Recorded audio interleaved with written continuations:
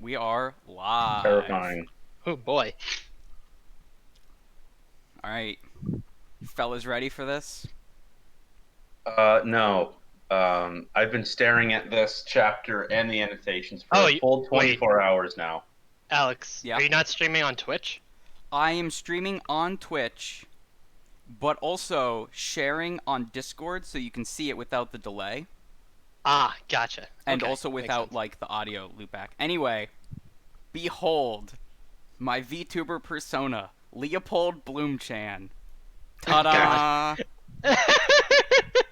Featuring lip-synced mustache, eyes that move,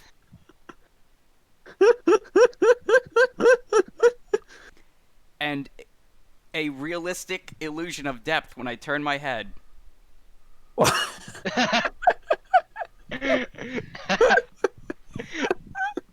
Depth of some sort. Um, That's amazing. yeah, I'm gonna do a brief aside before we go into the actual episode here. I want to show you guys just how miserable it is to set up a live 2D avatar. I assumed that you just kind of put the anatomy in, right?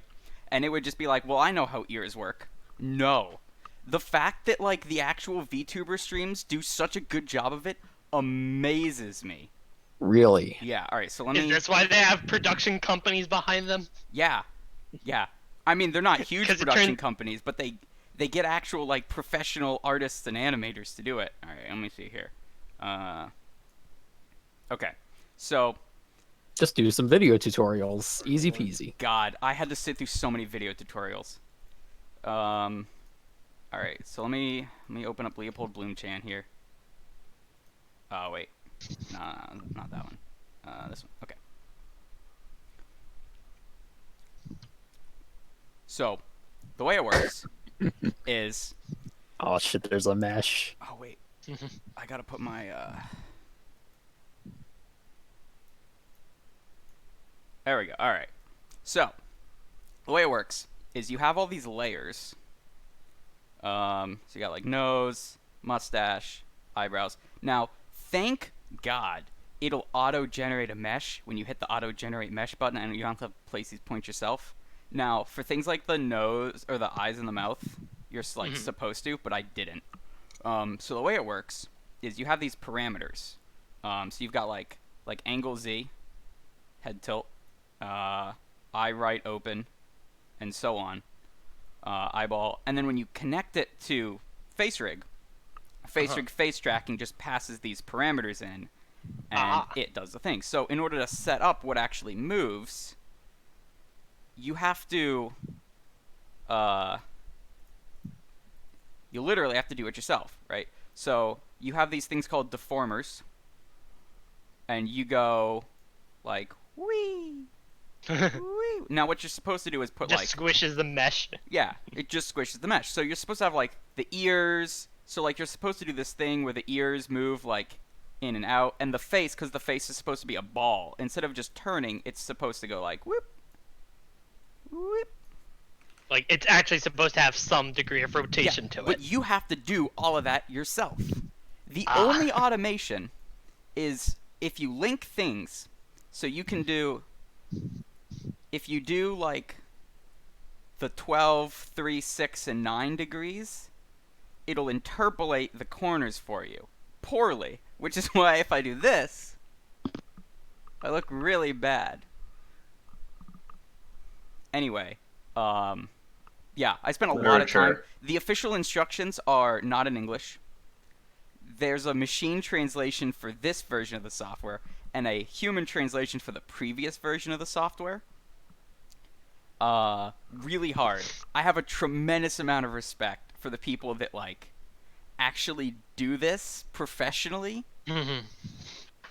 Not nearly as easy as I thought it would be. I did find out that there's this curve button, so you can do this and it'll deform, which is why my mustache is like the only actually moving part of me that doesn't just squish. Anyway, that's your introduction to Live 2D. Now, back to the book. Yeah. Something that's only slightly easier to comprehend. This chapter, Sucks. James Joyce You can just say decides it. This to. chapter sucks. I didn't Yeah, no, have fun I- with this chapter. No, not at all. Is that actually just a Jewish rendition of Alex or Yeah. something? No, that's Leopold Bloom-chan. Based on the Okay. official character art for Leopold Bloom, lovingly hand animated in live 2D. With Also, welcome to the stream, lip Luis. sync action. Welcome to the stream, I just Luis. got into the stream and I just saw it and I was upset. Yeah, this is my I just needed to VTuber know. debut. Okay, that's terrible. Thanks. Oh no. God. Yeah, James Joyce had the daring and exciting literary decision to stop what little plot of the novel there is in its tracks. So to have a bunch of characters that we have never met before, and also Stephen Daedalus, sit in a room in a library and discuss various literary theories and interpretations of the works and the life and the times of William Shakespeare. Just It took me up. so long to even figure out that they were in a library. Like, Was this basically the author just taking some literary analysis that he already did and just dropping it in his novel? no. This is not No. real literary analysis. No literature is actually analyzed. It's all, Yeah, it's like, to an extent. imagine if you had to do a scene that analyzed some literature, but no one was allowed to actually read the literature. They had to just make things up based off of, like, the Wikipedia article. That's Right, what's going okay. on. So they're like, As we might do. yeah, except I Yeah. read this. I read these words.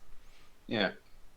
The thing is, it gets more complicated because it starts out like that, and then they start doing actual literary analysis, and then again, as a brief summaries, it gets all the way to the end, and then it turns out none of this matters. The chapter ends, and we go on to the next chapter, which introduces a new character. I haven't read That's the it. next chapter yet. I did a quick Yeah. page count. This chapter would have been so much less painful if it was 30 pages instead of 70 pages. Yeah. It So goes the on concept of forever. an editor, like paying an editor to edit your work, existed by this point, right? Oh yeah, for sure. Sure. But he was making art. Yeah, Which this it certainly this made is me not feel a book. something. This is art. And you know what they say about art? It's not supposed to be perfect. It's just supposed to make you feel something. Just to set up for the audience, this chapter in the annotations opens with a full page of annotations, and the annotated version is in dual column. Oh God. Yeah, so I was able to pick up that they're in a library because in the first sentence just goes, the Quaker librarian purred. Yeah, but librarians are allowed to leave the library. They're not No, like it's like- cloistered monks. No, they're like teachers. They don't actually leave the school. Yeah. So it said something somewhere in here that made me think that they were in a church. I don't know what it was. But yeah, for a while I thought they were in a church until I discovered otherwise by just looking it up. Anyway, yeah, so our boy, Stephen Daedalus, not to be confused with our other boy, Leopold Bloom, who is me, just spends about 60 pages hanging out with some scholars talking about book. So, Hmm. you may recall back in chapter 1 or 2, Mhm. someone makes a joke. They're talking, so it's Stephen Daedalus, what's his name? Malachi Kinch, Yep. something, Yeah. and then It was- Haynes, who is the English scholar who is like hanging out, like studying abroad in the far off land of Ireland. And I believe Kinch makes a joke to Haynes that's like, you'd better not ask him about his theory on Shakespeare. Well, this is what happens when someone asks him about his theory on Shakespeare. So he proves, through algebra, that Shakespeare is his own great-grandfather, because he is what? both Hamlet and I don't even know. So let Yeah, me it's let me weird. see if I can find that. Is he suggesting Shakespeare time traveled? No. Yeah, here we go. Okay, Because- so wait till you hear him on Hamlet, Haynes. Well, I mean it, Haynes said, still speaking to Stephen. I was just thinking of it when that poor old creature came in, and then blah blah blah, and then someone's like, "What do you mean Hamlet?" What's your idea of Hamlet? Haynes asked Stephen. No, Here we go. Yeah, it's Here we go. He proves by algebra that Hamlet's grandson is Shakespeare's grandfather, and that he himself is the ghost of his own father. Now, if they actually sat down and did some math, obviously this is a joke. It's not like serious what they're talking about. But they're bringing that back up, but it's very unfun. So the thesis, basically, they're arguing, is Shakespeare represented by Hamlet or by Hamlet's father, the ghost? Right? who is confusingly in the text Hamlet, also named Hamlet. Yes. Um, Because that's just sort of what you did. You named your kids after yourself. yeah. Sometimes you named your kids after your father. So what Stephen is arguing is that he is using the works of Shakespeare to try to biographize Shakespeare because we know very little about the life and times of William Shakespeare. How is it that we know so little about Shakespeare? Well, you see, this is actually discussed in the annotations, which is a good thing I have them up. Like, I've read a lot about, like, the theories of Shakespeare, but, like, wasn't this a famous dude? Did no one write No. down who he was? No, he was not famous in his time. But he I mean, owned his outside own of the theater. outside. Yeah, he did own a theater. He wrote, but he was also an actor, which was a despised profession. Yes, he might have been famous in the world of theater, but like he wasn't a national celebrity. I see. What you wouldn't have known who William Shakespeare was outside of London, or maybe even his hometown of Stratford upon Avon. Kind of like how no one outside of this voice call right now knows about my book club Exactly. yet. And as a result, the biographies that Stephen cites, again, this is fictionalized a little bit and make up details. Right, because it wasn't until after Shakespeare died that one of Right, his that we- colleagues actually, like, published a collection of his works, Yes, right? the first folio. And that was when Um, it got, like, actually read as because Yes. if you think about it, if you're an actor and a guy who owns a theater, A theater. publishing your scripts is not in your best interest. Nope. No. You want them to come to the theater to see the Yes. plays. It was Do a your widely art. known thing of the earliest form of piracy was sneaking into productions, whether musical or theatrical, and literally just writing it down As they say, the ye old equivalent of taking your phone into a movie. Mozart once stole some, like, secretly closely guarded sheet music of By just listening Catholic to it. music by just remembering the notes and writing it down when he got home. And it was tremendously impressive, especially for his age. Yeah. Yeah. And then this is where we get lots of issues, right? Because before the folio, there were these little standalone editions that had lots and lots of what scholars call mistakes. As we in the profession call it. Doesn't Joyce actually say something about, like, how mistakes aren't real? I'm gonna see if I can find that. Yeah, he's referencing the fact that there are between these independent, I would guess, loose editions and these folios of collected works, and there's the first, the second, the third, and the fourth folio. There's even a lost folio. There were multiple changes and additions and edits done between who was writing down which play, because Shakespeare's scripts, he never wrote and published his own scripts. They were all published posthumously. Some of the really bad ones are speculated to be by like an actor who was in like Hamlet but only had a minor role, so he's going off memory. Funny enough, so Joyce makes a lot of errors. I can't find the quote, but there's a quote somewhere in here where Joyce is like, artists don't make mistakes. A mistake is... I forget how he words it, but basically there's no such thing as mistakes, only happy accidents, kind of deal. But Joyce, like, deliberately will misspell words. He'll leave out punctuation or put in extra punctuation.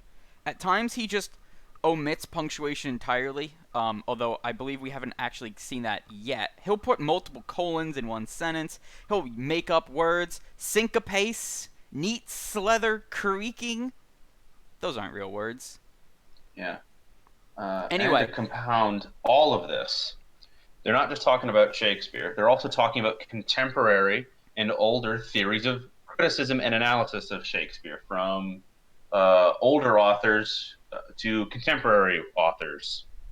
And so now you can't just be familiar with all of the works of Shakespeare, but all of the forms of criticism of Shakespeare in order to understand what's going on. Yeah, so Joyce himself, And moreover, I'm not in the done yet. publications Oh God. of Ulysses, they different pubs, when they go to publish it, right? They'll edit it, and there's like these arguments over like which misspellings are deliberate misspellings and which misspellings are genuinely accidental misspellings. Whoops, I fat fingered the typewriter. So depending on which edition you have, like, things are just different because they can't agree on what's a mistake, which is funny because they did the same thing with Shakespeare. Yes. Yeah, like Shakespeare spells his name wildly different in different Hmm. places and times. Yeah, And at one because we point, know nothing about him, you get all this wild speculation and some insane crackpot conspiracy theories. We'll get to those later. yeah. So Yeah, there's the Shakespeare literary equivalent of QAnon. in true, I'm not joking. Something using a Ouija board to enslave playwriting ghosts. yeah, in true Joycean fashion, there's some fun prose in this chapter. I do like this sentence here. He came a step, a syncopace forward on Neat's leather creaking, and a step backward, a syncopace on the solemn floor. I don't know what that means, but it sounds cool. Nice. Yeah. Also, this chapter is called something. Scylla and Charybdis. Yeah, which False were like pronunciation of Greek. yeah, the two sea monsters in whatever. Y'all know the story, right? It's Odyssey time. Yeah, the thing is, Stuck this is between so a rock tenuous. and a hard place, except it's a rock with a sea monster on it and a whirlpool with a sea monster in it. Yeah, I don't know what relation that has to the contents of this chapter. The annotations try to connect it, but I'm just going to call bullshit on it. Yeah. And just say, I guess, sure, this is that. There's also references to other literature, John Milton's Paradise Lost, the epic poem, other contemporary authors that are just sort of casually thrown in here. This is proving the point that this book could be used as a torture device in English majors. That's why it was banned. Oh, also they make some masturbation jokes at the end of the chapter, which They are do. genuinely pretty Nice. funny. Yes. I mean, funny by like a 1920s standard, right? Yeah. Anyway, so yeah, so what the vibe that I kind of got out of this is, you guys ever seen American Psycho? Or Bits and clips of pieces, it? actually. Have you seen Yeah. the business card scene where they're showing off the business cards? And he's like, I can't believe that they Yes. like that guy's business card more than mine. That's like the brooding vibe, the energy that I got from Stephen Daedalus throughout this chapter. Because there's times someone's like, he'll say a thing, and someone will be like, what do you mean? And Daedalus will just think to himself, what do you mean? What do I mean? How do you not know what I mean? Just shut up, will you? Like he's like it. He feels, or at least he acts like, it's beneath him to be talking to these people. Like these I know more than esteemed you, shut up. scholars. Yeah, him who's just like a grad student in English or whatever, right? Anyway, Yeah. Let's just keep in mind as we go through this, the biography that Stephen spins is according to the annotations are, quote, the principal sources for the freewheeling and largely fictional biography that Stephen performs in this episode, and then just lists a bunch of old biographies yeah, that are just kind of cited. just make some stuff Just up. mix it up, because Shakespeare was a commoner, so nothing of this shit would be kept written down. And so we get to just do whatever we want with Shakespeare. It's fun. Yeah. But not when you're having to read other people doing literary criticisms and analysis of Shakespeare. It's fun when you're doing it. It's not fun reading other people doing it, or in our case, talking about reading about other people doing it. But It hurts. Here's another fun sentence here. Glitter-eyed, his rufous skull closed to his green-capped desk lamp, sought the face bearded amid dark greener shadow. In Olav, holly-eyed, he laughed low, a Caesar's laugh of Trinity, unanswered. Again, I have no idea what it means, but it sounds cool. I believe they're talking about someone What? sitting by one of those, like, the Library old-fashioned, lamps. like, green library lamps. Mm-hmm. Do the annotations say anything about this rhyme here?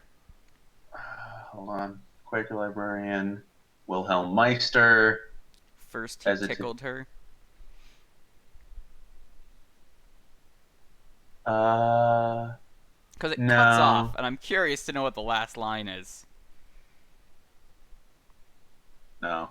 Says the I don't believe so. Oh well. Alas.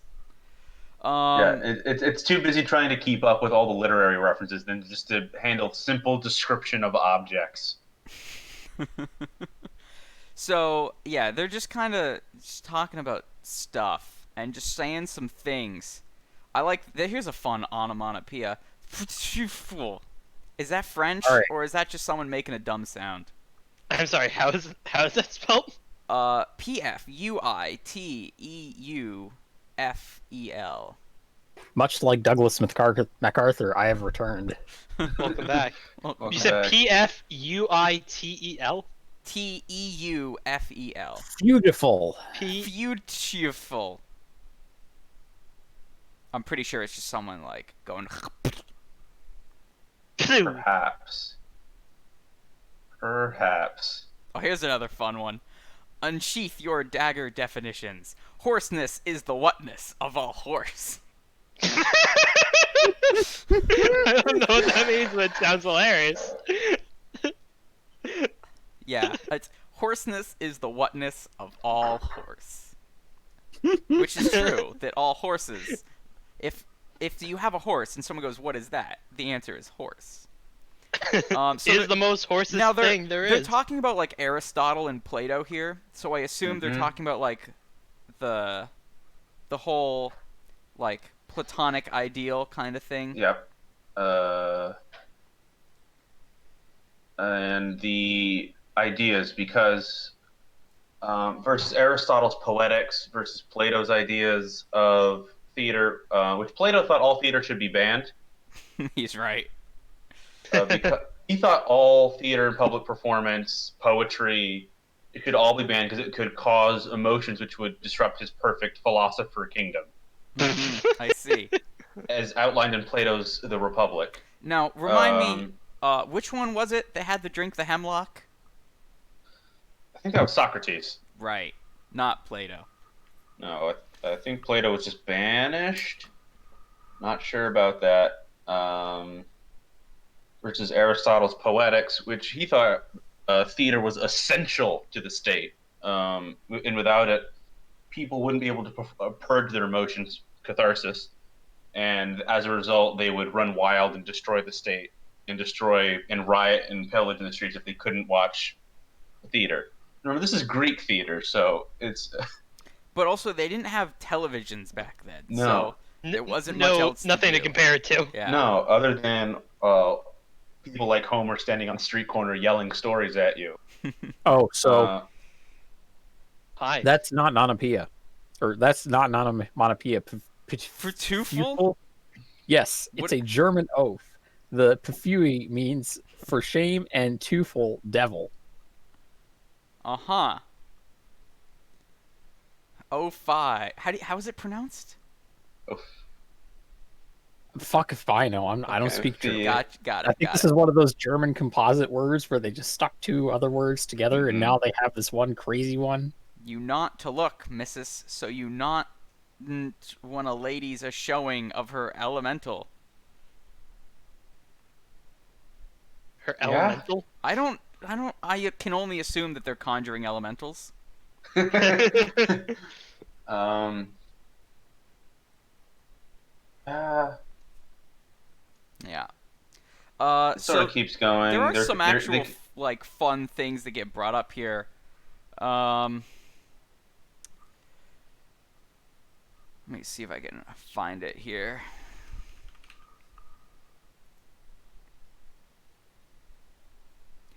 Here we go. So,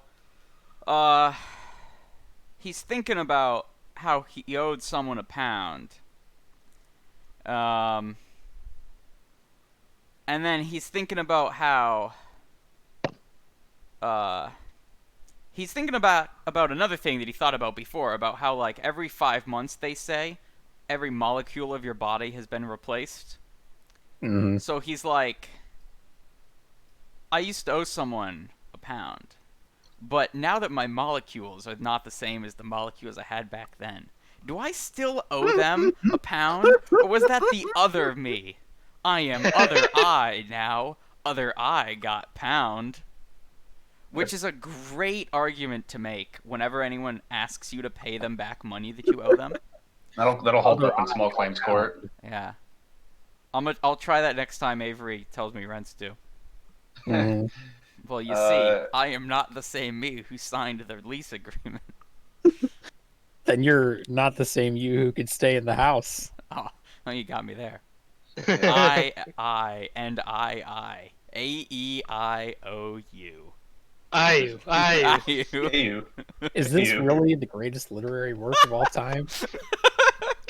don't It's know. not the greatest book. It's the greatest literary work. I would, if someone goes like, hey, can you recommend some good novels? Some stories that I can get engrossed in? This is at the bottom of my list. Oh yeah. And I'm trying to catch up here because there's a lot of stuff in the annotations. Like the annotations in this chapter in particular are far more aggressive and longer than in other chapters so far.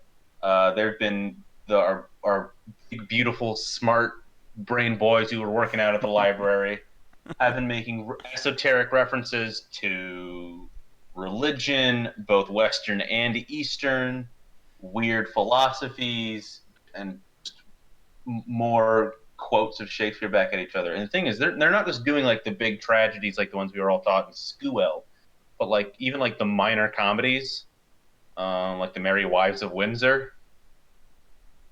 So it's just, and then to bring in other works, Dante's Inferno, other contemporary criticisms of those works. The annotations insist they're discussing something called theosophy in here, and I don't know what that is talking about. And I'm Theosophy? scared. I think Theosophy. it's one of those wacky Christian offshoots. Theosophy. Theosophy is any of a number of philosophies maintaining that a knowledge of God may be achieved through spiritual ecstasy, direct intuition, or special individual relations. Spiritual ecstasy? Yeah. I like those people who hold snakes. What does that cost per gram? I don't think they sell it by the gram if it's that intense. Alright, so basically, Do you think I could get a priest to bless some ecstasy to sell? theosophy is essentially the theory of the theories that there are like esoteric knowledges that by understanding you can achieve enlightenment and closeness to God. Mysticism. Yeah, it's very much Kabbalah. mysticism. Now the modern theosophy is a blending of like all sorts of different religions in this wacky occult mix. Now there's also Christian theosophy, which I assume is what they're talking about here, or Bohemian theosophy. Yeah, which basically is like if you just understand enough weirdness, you'll be enlightened. Yep. Yeah, And so, that's you know, when I founded the theosophy foundation. comes from theos, meaning God, and Sophia, meaning wisdom. Yeah. So it was like the early, well, I can't say early, but like some of the earlier like Christian mysticism, because the Jews have been doing mysticism ever since they realized that they use the same symbols for their letters and numbers, and just started turning every goddamn word in the Torah into a number. Numerology makes way more sense in Hebrew than it does in English. Anyone that is doing English numerology is a crackpot. No, they could be spelling boobies on their They calculator. could be spelling boobies on their calculator. That's right. I rescind my statement. I apologize to everyone who has ever spelled boobies on their calculator. I did not mean to offend them.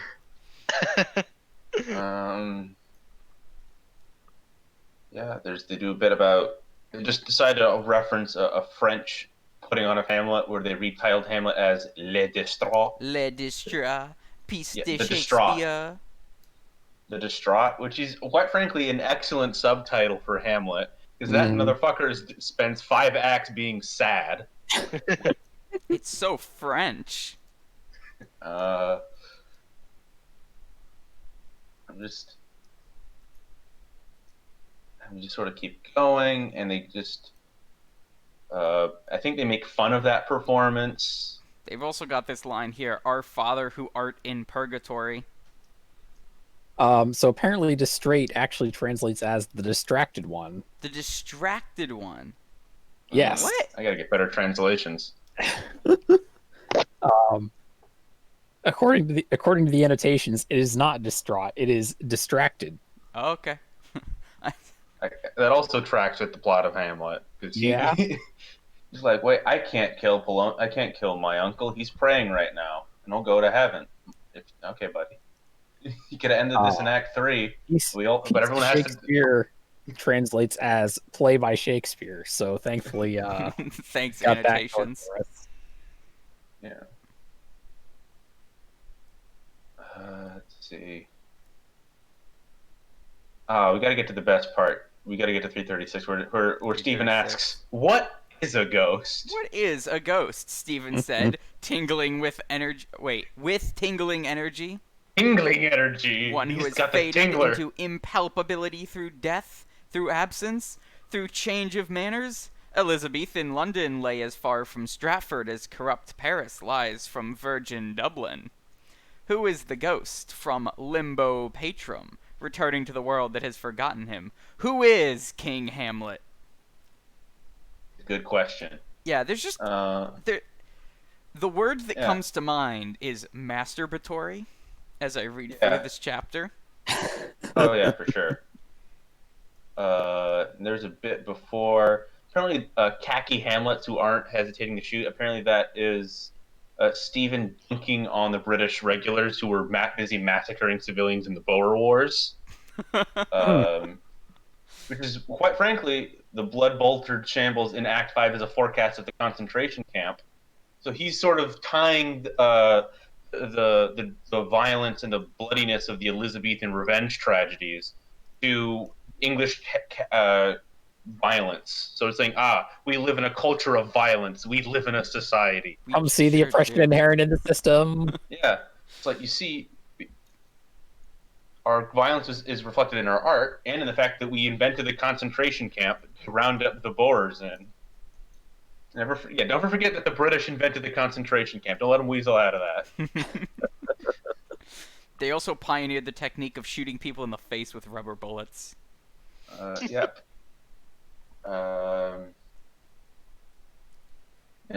Just a sort of brief tangent before we get back onto them tangentially discussing Shakespeare. After in the 1920s, when America got real into white supremacy again, we forced the Mexicans to take lice baths. And you want to know what chemical we used? Odd. Zyklon B. And Hitler wrote many, many letters. You know who's got this whole racism thing down? America. Don't let us weasel out of it either. Yeah, we have when you're oppressing getting applauded minorities by down to Hitler. a science. Mm-hmm. Race science, if you will. Stand here and let me to break up the calipers. Yes, I see. The needs to be oppressed lobe is incredibly pronounced on this one. Anyway. Yeah. So just again, that's the kind of flow of the conversation. We sort of something else I freewheel wanted to bring from up here. horrors of war to, and let's go back to what are ghosts? What are ghosts? Here we go. It is the ghost, the king, a king and no king, and the player is Shakespeare, who has studied Hamlet all the years of his life, which were not vanity, in order to play the part of the Spectre. Again, I don't know what it means, but it sounds cool. You say you say Shakespeare studied his own work to play it? Yes, because it's about Well, himself. Yeah, Is the because remember, argument. Shakespeare was also an actor Well, in yeah, his own company, so it is entirely possible that he would have played a role. yeah. Um, That part makes sense. That's not what I'm questioning. And Shakespeare had a son who died at the age of 11 named Hamnet. Yeah, Hamnet. Had Hamnet Who- Shakespeare lived, he would have been Prince Hamlet's twin. Because again, the argument is that like Shakespeare is Hamlet's ghost. Metaphorical. No. Yeah, because basically he's arguing that Shakespeare pulled from his own life and put it into the plays. Therefore, we can look at the plays. If we squint at them very closely, we can figure out the life and times of Shakespeare. Yeah, that's the main Um, argument. Throughout yes. this, the theory is that Shakespeare's works are indirectly autobiographical, Mhm. and that by attempting to overanalyze them, you could glean facts about Shakespeare himself. You wanna know what so the they talk annotations- about how like the whole mommy issues thing as a recurring element is because he hates his wife, Anne Shakespeare, aka Anne Hathaway. Yeah, and there's so the annotations here on the what is a ghost? What is a ghost? Not to touch any names. A nominal definition of a ghost. Cool, thanks. Thanks, annotations. The guy defines a ghost, and I'm like, wonder what is he talking Thanks. about? He's Thanks. defining a ghost. Cool. And then so they bring up death of the author here, Yeah. where Before someone that is was like, what? articulated. So someone's like, what the hell are you talking about? Why does it matter who Shakespeare is or was? I mean, when we read the poetry of King Lear, what is it to us how the poet lived? This is a Yeah, Good point. great Mhm. point. But alas, here we are. Talking Um, about books. Talking Talking about about it. books. AEIOU. Yeah, the annotations discuss this at length. But depending on how you date when Shakespeare wrote these very important works, because again, we don't know, Stephen, it could either be completely off the mark or kind of on the mark with this freewheeling green text about Shakespeare. Also, it wouldn't be a real Stephen Dalis chapter if he didn't think about his dead mother at least once, which he Of does. course. Indeed. Because his mother died and he's very upset about it. Yeah.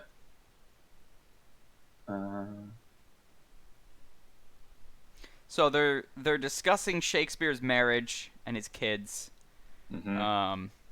The world believes that Shakespeare made a mistake, referring to his marriage with Anne Hathaway, he said, and got out of it as quickly and as best he could. Didn't he Gosh. die? Didn't he just... Wasn't that how his marriage ended? Because he died he at died. the age of like 30-something? Yeah. That's a Oh, here we quick way go. to end it. Bosh, Stephen said rudely. A man of genius makes no mistakes. His errors are volitional and are the portals of discovery. And then they do a fun little thing here. Portals of discovery opened to let in the Quaker librarian, soft creak-footed, bald-eared, and assiduous. I could have sworn assiduous was a kind of tree. That's That's deciduous. Yeah. You fucking idiot. And then they say Fool. dialectic. Yeah, that's what. As soon as I saw that word, I'm like, oh no, no, not dialectics. Nobody understands dialectics. At least, So, which I assume in this context he's referring to the concept of thesis, antithesis, synthesis, which is a baby's first dialectics, and then it gets weirder from there. yeah. He's like, John Angleton calls Anne Hathaway a shrew, which is cool. Just getting to clock in the casual misogyny there. Well, Um, you can't really blame them for that, because Shakespeare No. himself did I mean, he whole wrote the shrew play thing. Taming of the Shrew. Yeah. which is about making your wife stay in the kitchen where she my belongs. wife. Thanks, Yeah, Shakespeare. yeah. I mean, definitely there's some merit to the argument that Shakespeare was not happy with his marriage. Yeah, on account that he had 5 daughters and 1 son, who died at 11, sickly and alone. Heartbreaking. Yeah, and as a result, there are no living descendants of Shakespeare. They all died. Shakespeare's bloodline died out in like 1 generation. Oh, I and think- none of his daughters have kids. Yeah, well, all of them had kids, but none of them made it to childbearing age. They all Wait. died. All of his grandkids died like as kids. Oh, right. Okay. So it Yeah. wasn't. So his daughters had kids, but none of their None kids of those. Nope. had kids. Nope. Which again adds to the mystery of Shakespeare, because there's no living tradition of memory. There's no stories that were passed down. So he is this sort of fantastic enigma, which is how you can get a bunch of jackasses in a room to spit this shit coming from the mind of another asshole. I got genuinely mad at this. I've never been mad reading a book before. This found a way. Anyway, yeah, so we're like 10 chapters in and we finally get to the good stuff. Talking about how Yeah. Shakespeare was gay. Possibly. Good. He left her and gained the world of men, but his boy women are the women of a boy. Yes. That's actually not a psycho statement. There are in the sonnets. I don't even have to look at the annotations of this one. I just know this. There are many. There are several sonnets dedicated to the fair youth, and woman man. That sort of that Boy, phrase, boy woman. Are the women of a boy. Them boys. Yeah, they're talking Boy about women. femboys. Possibly. It's fitting since we have a VTuber now. Leopold Bloom is definitely not a femboy. No, Leopold Bloom is an absolute giga chad. With a hot wife and a pocket full of soap. Does that make him Caesar in this particular tale? Sure. If he's just always soapy? Yes, that's a good point. Yeah, he does just always have a bar of soap in his pocket because he hasn't bothered to take it out. Also, here's this fun pun. And so we If- don't know if that fair youth is addressed to a woman or a boy, or if the language Shakespeare is doing that sort of platonic, literally in the Plato sense of like admiring a youth, like in like why like the classical sense of why The we idea have like of youthfulness. yeah, and like why Michelangelo carved a 20-foot statue of a naked 12-year-old. That was just what sort they of- did back then. like, yes, thinking the sort of aesthetic enlightenment, or did he have romantic attraction to a man, and therefore making Shakespeare a bi icon? We don't know, but it's fun to speculate. And there's absolutely, queer subtext, queer in the academic sense of the word. We got to find a better word for that, because right in his time, all of the performances would have been played by male actors. Indeed. So all of the tender kisses in Romeo and Juliet, 2 male actors. Mhm. The tragedy of relationships falling apart in Othello would have all been played by male actors. All of the cross-dressing that occurs in the comedies would have been male actors, or would have been male actors pretending to be females, or male actors pretending to be females pretending to be males. Wasn't there like one Shakespearean play where like the female characters had to pretend to be men? So they had male actors pretending to be female characters pretending to be men in the story. Yes, I remember that being a thing. I think that's in Midsummer's Night Dream and I think Twelfth Night. Not a Shakespeare scholar, unlike these very smart boys. No, you know your limits. Yeah. Anyway, one of the best lines of this whole chapter here. If others have their will, Anne Hathaway. Get it? Anne Hathaway? By cock, she was to blame. She put the comether on him, sweet N26. The gray-eyed goddess who bends over the boy Adonis, stooping to conquer, as prologue to the swelling act, is a Is he talking? bold-faced Stratford wench who tumbles in a cornfield, a lover younger than herself. So we're talking about Anne Is he- Hathaway seducing Shakespeare. Bending the boy over. Is he talking about pegging? Bends over the boy Adonis. Gray-eyed goddess means Athena. Right. Mhm. Okay. I can only assume stooping to conquer as prologue to the swelling act means that she's about Is- to mount his throbbing Mhm. cock. Yeah. Stooping Ryefield. to conquer. Yeah, so Yeah. they're talking about them banging in a cornfield, and someone corrects Ryefield. Between the acres of the rye, these pretty country folk would lie. Which Yeah. I'm assuming is a Shakespeare quote. I don't think Uh, country girls can make do with rye though. well, the thing is, if I remember, in Shakespeare, country matters is how he said cunt. Uh-huh. So I think going between the acres of rye, that's again more euphemisms for having a set for doing a sex. It's exciting. So this page is fun. I'm just gonna start reading here. Alright. A tall figure in bearded homespun rose from shadow and unveiled its cooperative watch. I am afraid I am due at the homestead. Whither away? Exploitable ground.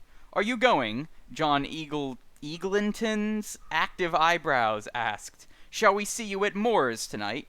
Piper is coming. Piper, Mr. Best piped. Is Piper back? Peter Piper pecked a peck of pickled pepper. I don't know if I Wow. can. Thursday, we have our meeting, if I can get away in time. Yogi Bogey Box in Dawson Chambers. Isis unveiled. Their pally book we tried to pawn. Cross-legged under an umbral umbershoot, he thrones and Aztec logos, functioning on astral levels. Their oversoul, Mahamahatma. The faithful Hermetists await the light. Ripe for celliship, ring round about Yep. him. Lewis Yep. H. Victory. T. Caulfield Irwin. Lotus ladies tend them eye the eyes, their pineal glands aglow. Filled with his Calcified gods, pineal glands. thrones, booed under plantain. Is that booed under plantain? So it's like Buddha under Buddha, plantain. yeah. Golfer of souls, engulfer. He souls, she souls, shoals of souls. Engulfed with wailing cree cries, whirling they bewail. Yeah. Like I I said, expect you to go. the prose is with fun. Yeah. Sell she seashells on the seashores. She sells seashells by the seashore. Yeah, that's Yeah, right. but they don't. That's a Yeah, good every one. other Engulfed word souls, has its she own souls, annotation shoals here. of souls. So you know how that previous scene was definitely an allusion to fucking in a rye field? Uh-huh. Yeah, that was in Apparently it's another not. Shakespeare play. It's not. I refuse to It's believe not. that. Yeah, But That's it bullshit. is, but in the sense that it's referencing Shakespeare referencing that. right. Yeah, that whole previous page is nothing but various Shakespeare quotes at each other. That's Well, the swelling act is something about Macbeth. Nope. Swelling act is when your pee-pee get hard. it. Yeah, I mean, if you want to, do all that. That's fun totally. There's no way they're not talking about some kid who's about Yeah, to they get are. banged by an older woman. stuff. I think they are, but like disguising it with Shakespeare quotes, and the annotations are like, this is. They're using the Shakespeare quotes, and they can't They print an literally academic say, book. bold-faced Stratford wench who tumbles in a cornfield, a lover younger than herself. There's no subtext. They're talking about fucking. Young Shakespeare in London was probably a little ashamed of being married to someone whom he could hardly introduce or avow. But yeah, Brandon's right. Or, That's Brandon. Fuck. You're right. Yeah. Brandon, Yeah, he's right. They can't print an academic book that says that. yeah. Besides, we don't need the annotations to tell them that it's about them fucking. Tell us what the Yeah. fucking means. Yeah.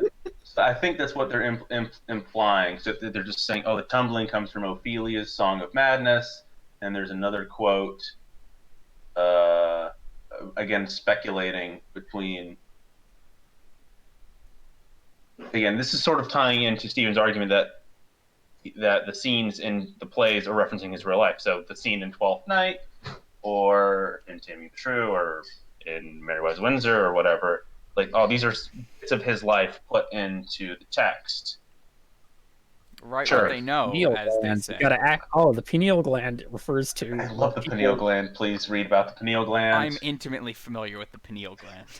Apparently, Fuck you, it's now. said to have once been the third eye. Yeah, so the pineal gland is this thing in your brain that regulates it has to do with the circadian rhythm and regulating like when you get tired and when you're awake. And You get so woke, your pineal gland will open up into a third eye and let you see. right, Beyond. because like the cells that it you can develops cancel from anyone on are Twitter. the same as like the cells that develop into your actual eyes. It is like the metaphorical third eye, and when they talk about your third eye opening, they're talking about your pineal gland. Yeah. Fun fact: the modern day pineal gland is calcified because of just like calcium in the water. This doesn't actually do anything because the pineal gland doesn't really do that much anyway, other than kind of like adjust when like the serotonin or the melatonin is released. But people are convinced that like the fluoride in the water is calcifying your pineal gland to keep you from being woke. So when you hear someone joke about like my pineal gland is fully decalcified, they mean that my third eye is wide open. Yeah, they can see beyond Let me sight. tell you, this chapter has decalcified my pineal glands. He souls, she souls, shoals of souls. Yeah. Okay, so what's with the tongue twisters? Uh, Are we just getting dabbed on? Yes. no, that's also a reference to a poem about the death of a child. Peter By Piper, Louis peck H. of Victory. pickled pepper. Well, no, the she souls part. Yeah. And also apparently the he shoals and sea shoals wailing, that's Dante's Inferno. Yeah, okay. I do like Makes sense. the pickled peppers. It's like a popular tongue twister. Thanks, annotations. Yeah, Where but would I like be it's without you? different, right? It reminds me of the videos of like non-English speakers trying to say the tongue twister, and they just end up going like pick a pack a pooka pick a pack a poo. Yep. Because they're just like Nailed it. peck of pepper.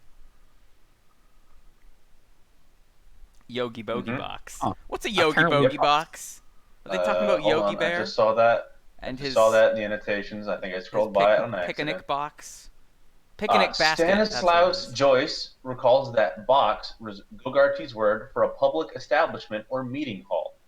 See another academic text in page 208. So Yogi Bogey box means like meeting in Dawson's chambers.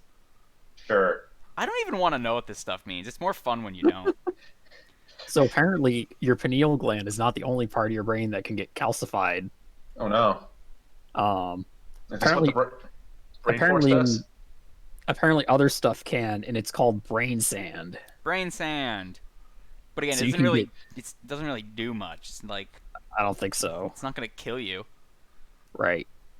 And apparently, your pineal gland also inhibits the development of reproductive glands. Huh. Hmm. Neat. Well, that's why this week we're sponsored by Brain Force. It makes you red. You cannot believe a grown man sells pills that make you red. Oh, that Wait, for him. what are we referencing here? Alex Jones' Alex Brain Jones. Force.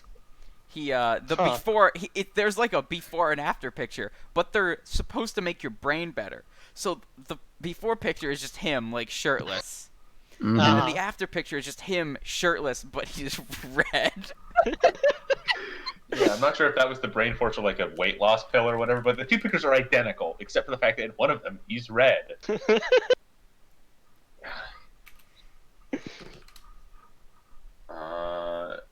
And then that scene just sort of ends, and all of this stuff is about theosophy and enlightenment and the Buddha. Oh yeah, it was And then it just sort of ends, and then we go talking about newspapers again. it wasn't brain force. And- It was anthroplex that turned you red. But yeah, it literally. I'm sorry, I've been online too much, and I can no longer trust anything that has the word anthro in front of it. I just can't. I just can't. I'm damaged. So, having a third eye actually makes you a lizard. Yeah, What? yeah. The Tartua, Teratoa, Tuatara. Tuatara. Tuatara. Yeah, Most lizards. they have it's not an actual eye per se, but they have a Right. cluster of light-sensitive cells on the top of the Which head because they can't regulates like their speed. look up without like making their whole body go up, right? Anyway, I have a note in here that says page 345 wild oats question mark. Oh, here we go. Did you hear that Miss Mitchell's joke? Did you hear Miss Mitchell's joke about Moore and Martin? That Moore is Martin's wild oats. Awfully clever, isn't it? They remind one of Don Quixote and Sancho Panza. Our national epic has yet to be written, Dr. Segerson says. What does wild oats mean? Okay. Miss Mitchell's joke about Moore Martin. Susan Mitchell was a famous Irish parody artist and poet.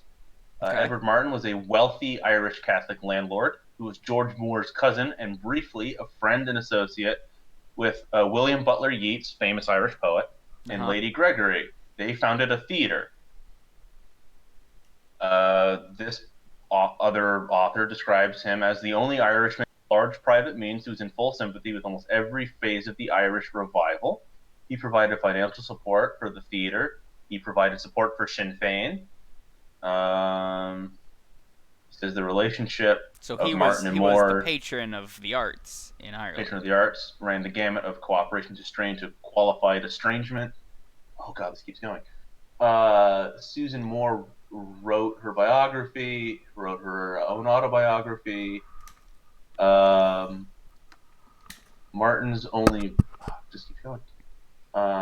More apparently, another author describes Martin as a man who hates all with an instinctive, perverted antipathy. So, first documented case of the involuntarily celibate. Uh-huh.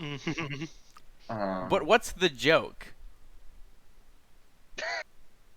Okay. Where's the The joke? thrust of her remark plays first on the fact that Martin was the person in the world to sow wild oats, and second on the similarity between Martin's continued association with Moore and the young man's wild and imprudent pursuit of sexual adventures that threatened to damage his reputation, in part because Moore constantly maligned Martin as a dreadful sinner. Uh-huh. Yep. I don't It's just get it. that. But what's the joke? Okay, Moore apparently was known for kissing and for who kiss and told. Uh-huh. So he was a philanderer and a cheat. And this other guy would always call him out who would write call out posts saying, "You're too horny, go to horny jail." Gotcha. And so Ryan, call it's, post on my twitter.com. back then it was op-ed columns and pamphlets. To an extent, it still is. Thank you, Brett Stevens, getting paid $100,000 to complain that people are too mean to you on Twitter. Real thing that he writes. Yeah, so that's it. It's a bit of a sarcastic. It's why it is clever, you see, because Martin would have been, because Moore was constantly canceling Martin, but like how he puts the names the other way around. And Miss Mitchell being a parodist, who did parody satires, is making fun of their back and forth between one being this wild thieving, the other guy being keep it in your pants. I guess it's one of those you had to be there kind of jokes. Yeah, I think so. I think it is one of those you can only understand it in a time. And bless the annotations hearts for trying and spending a page of double column text to try to explain it. Which, as we all know, is what makes it funny when you explain a joke for a page and a half. I still don't get it. Anyway. And talk about Don Quixote, famous Spanish novel. the famous Spanish novel that possibly is the first novel. We don't know. The first modern novel. Yeah, and so, and then references another academic about how our national epic has yet to be written. So, Ireland has yet to write its own Don Quixote, and John Eglinton, who's apparently a real person, had been trying to write the great Irish novel. So I'm not sure if this might be Joyce to an extent making fun of Eglinton, and maybe subtly claiming that he has written the great Irish novel. Wait, so John Eglinton is an actual person? Yes, real man, actual human person. Okay. Yeah. James Joyce has written his fictional OCs to meet with his actual Irish authors and famous literary people. Because John Eglinton is here in this chapter. Yes, Talking. this room talking. Yeah, that's a real guy, and the librarian was also a real person. It's fun. And the fact, and he brings that up because apparently this Martin guy, one guy was fat, one guy was skinny, just like Quixote was skinny and Sancho Panza was fat. Like an Ornstein and Smoke kind of dynamic. Yeah, sure. I guess if you want to have a contemporary reference, Yeah, there you people go. might understand. All right. So Martin and Moore. That's which one's which? Which one's fat? Martin was heavy set, Moore was skinty. Yeah. So Morenstein and Smartin. Yeah, sure. And then they talk about like book club or something. Yeah, they talk about a book club. Someone says bullock befriending, which is a fun word. Mm-hmm. Bullock befriending. Yeah. Bullock befriending, one word. Oh god, the annotations have footnotes. Yeah, they just like they talk about some stuff. Mm-hmm. Fox and geese. Yeah, I assume that's about And then someone the leaves. fox hunt. Someone leaves the room. That's some actual plot. Someone has got up Yeah. and left. Mm-hmm. Coffined thoughts around me in mummy cases, embalmed in spice of woods. Spice of words.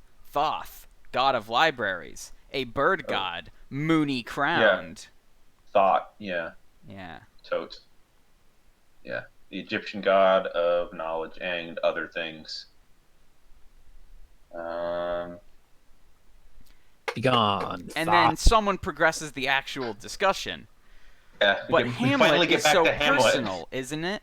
Mr. Best pleaded. I mean, a kind of private paper, don't you know, of his private life. I mean, I don't care a button, don't you know, who is killed or who is guilty.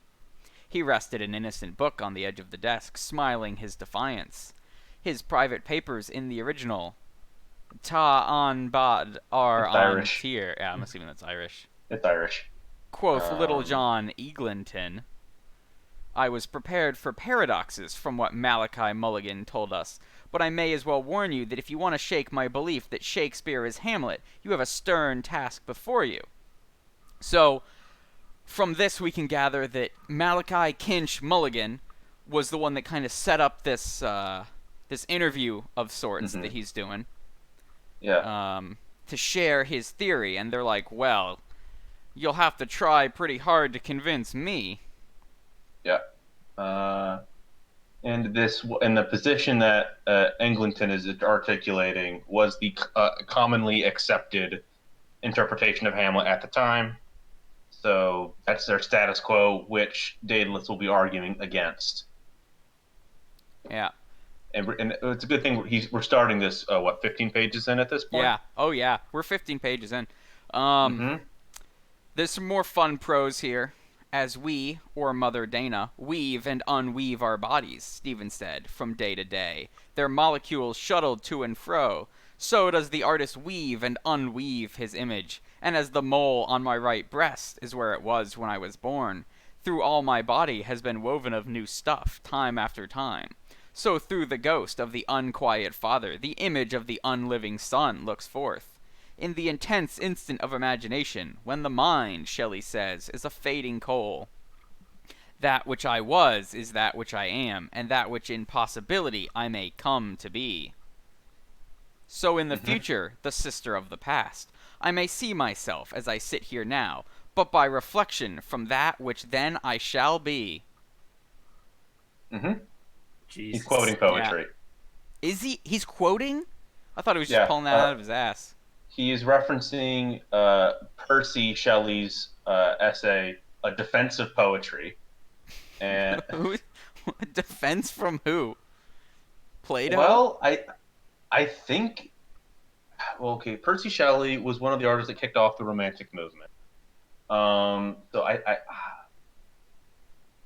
So I think he's moving, like, Percy's and the Romantics argument for poetry, that it's moving away from this sort of clinical and classical seriousness and rigidity of style and content, about that it should be more about feelings, less about like structure and form, and should be about the So personal let's stuff. focus on like meeting the stanzas and the Yeah. meter, and more Mhm. about putting nice words together. Yes. Yeah, okay. Yeah. That's what he's talking about.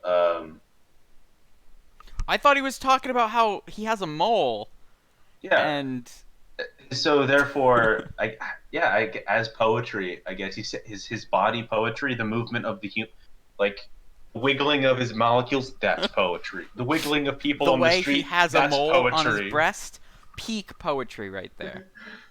Yeah, and then he moves on to another poetic reference. Yeah. And yeah, it's a very beautiful piece of prose strung together from other sources. Again, reinforcing that Stephen is extremely well read, and also a colossal bore if he reads things titled "A Defense of Poetry." Yeah. Again, I have no room to talk. I watched a 2.5 video about Ruby, so 2.5 hour video about Ruby. So pot calling the kettle here. Wait, which Ruby? The one with the W? Yeah. Yeah. Aw, jeez. Yeah, H Bomber Guy did a 2.5 hour video about how Ruby wasn't as good as it could have been. Yeah. Then it just sort of, and then we keep going back into arguing. It just keeps going. At keeps this going. point, I kind of gave up and started just Yeah. skimming. Cause like, I'm sorry, but I don't care. This is so far detached from my realm of interests. And the argument he's making now, that in some of these later plays, King Lear, Othello, Hamlet, Faust, and Cressida, there's themes in those plays are different than the themes of the earlier plays. Therefore, reconciliation and sundering. That this is reflecting of Shakespeare's personal life, that he had a falling out with his wife, so he wrote a bunch of plays where people were mad at each other, and then he wrote a bunch like of Lear and Othello, which is about betrayal and all that, of being tricked into portrayal. And then he wrote other plays later about people coming over their differences. So it's like, aha, therefore he must have had an argument with his wife. Then he got over the argument with his wife, and that's reflected in the plays that he wrote. I'm like, okay. I mean, you can't disprove it.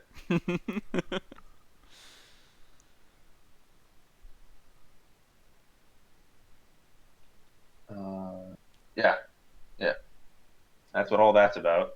Yeah, it really just drags on. If we tried to go through every argument that they make or like pretend to make, we would be here until midnight. Yeah. I would say just read the annotations for this chapter. You'll learn a lot, not only about what we're trying to read here, but also just about Shakespeare and literature in general, which is, I think, a good thing. So I'm gonna skip ahead a bit to Yeah. some of my. Do you want to skip ahead to the casual anti-Semitism or again? What page does that start on? Do you know? It's when they start discussing the Merchant of Venice and the character of Shylock. Yeah, there's as you find that some of the tragedies they I think pretty much say how. that's after my next. I know it's quite a bookmark. bit later. Yeah. There's some other stuff about how in Romeo and Juliet, there's a lot of dead kids in that play. Clearly, Shakespeare must have lost a kid. He wrote a play did. about kids dying, and he Yeah. did. That is true. We do know that Shakespeare lost a daughter at a very young age. Being a writer, that probably did affect him. I think he even lost his son around the time he might have been writing Hamlet or Macbeth, depending on how you date the plays, which is annoyingly squishy. And then there's some other biographical readings. We can get to that when that comes up, because he makes some actual normal arguments that I was taught when I was taught Macbeth in high school. But I'm trying to see where else. Anything else brings up George Bernard Shaw. They bring up Haynes again. He's off screen, but he's there. Yeah. They talk about how he's gone off to buy some book, like a collection of Irish poetry that he has been lusting after. Great word choice. Joyce knows how to put great words next to each other. If only I knew what the fucking meant. Yeah.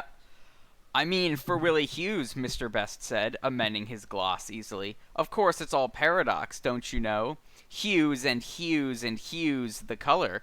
But it's so typical the way he works it out. It's the very essence of Wilde, don't you know? The light touch. Yep, that's Wilde as in Oscar Wilde, who, famous author, and at this time, this is after he had been outed publicly, forced out of the closet in a horrific scandal, which ruined his reputation and led him to an early grave, because the past was bad. Mm-hmm. And so the light touch, I think, is a bit of casual homophobia. Kind of like how, like saying light in the loafers to describe a gay person, or in Wild Case, another bisexual icon. I've never heard anyone described as light in the loafers. It's an old man thing. Old people. It's an old people thing. Gotcha. It's old people euphemism.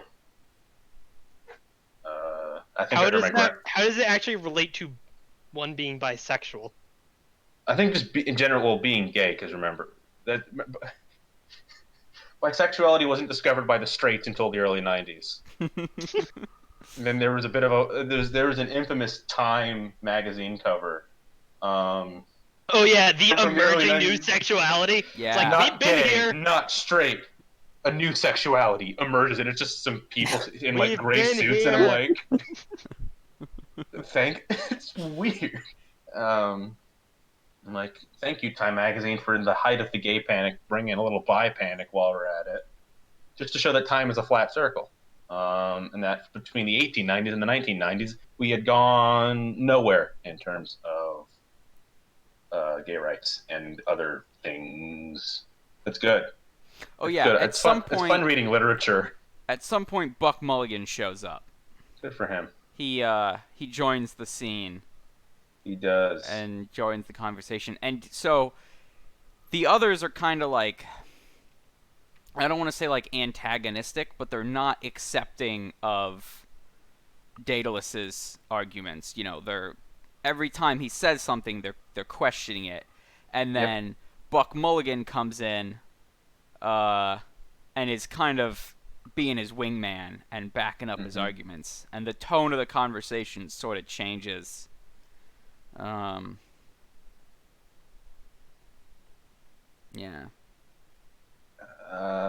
Again. And then they start talking about having drunk their money away again. Also, I think Buck Mulligan brought him a telegram or something. He did. Also, someone says the word pampooties. That's good. What? Good word. The tramper Singe is looking for you, he said, to murder you. He heard you pissed on his hall door in Glassthewel. He's out in pampooties to murder you. Moccasins made of undressed cowhide. Huh. I see. Shoes. He's wearing shoes. Yeah. Worn by Aran Islanders. So he's put his shoes on to go killing. The implication is that Singe has gone native. Oh, he's getting his medieval on. Uh-huh. Okay. He's getting real into Crusader Kings too. Yeah. All right. Murder you, I assume, refers to killing someone. Yeah. One would think. I would hope. Maybe he's just gonna suck his dick. I think they're talking about crows. Yeah. It's just.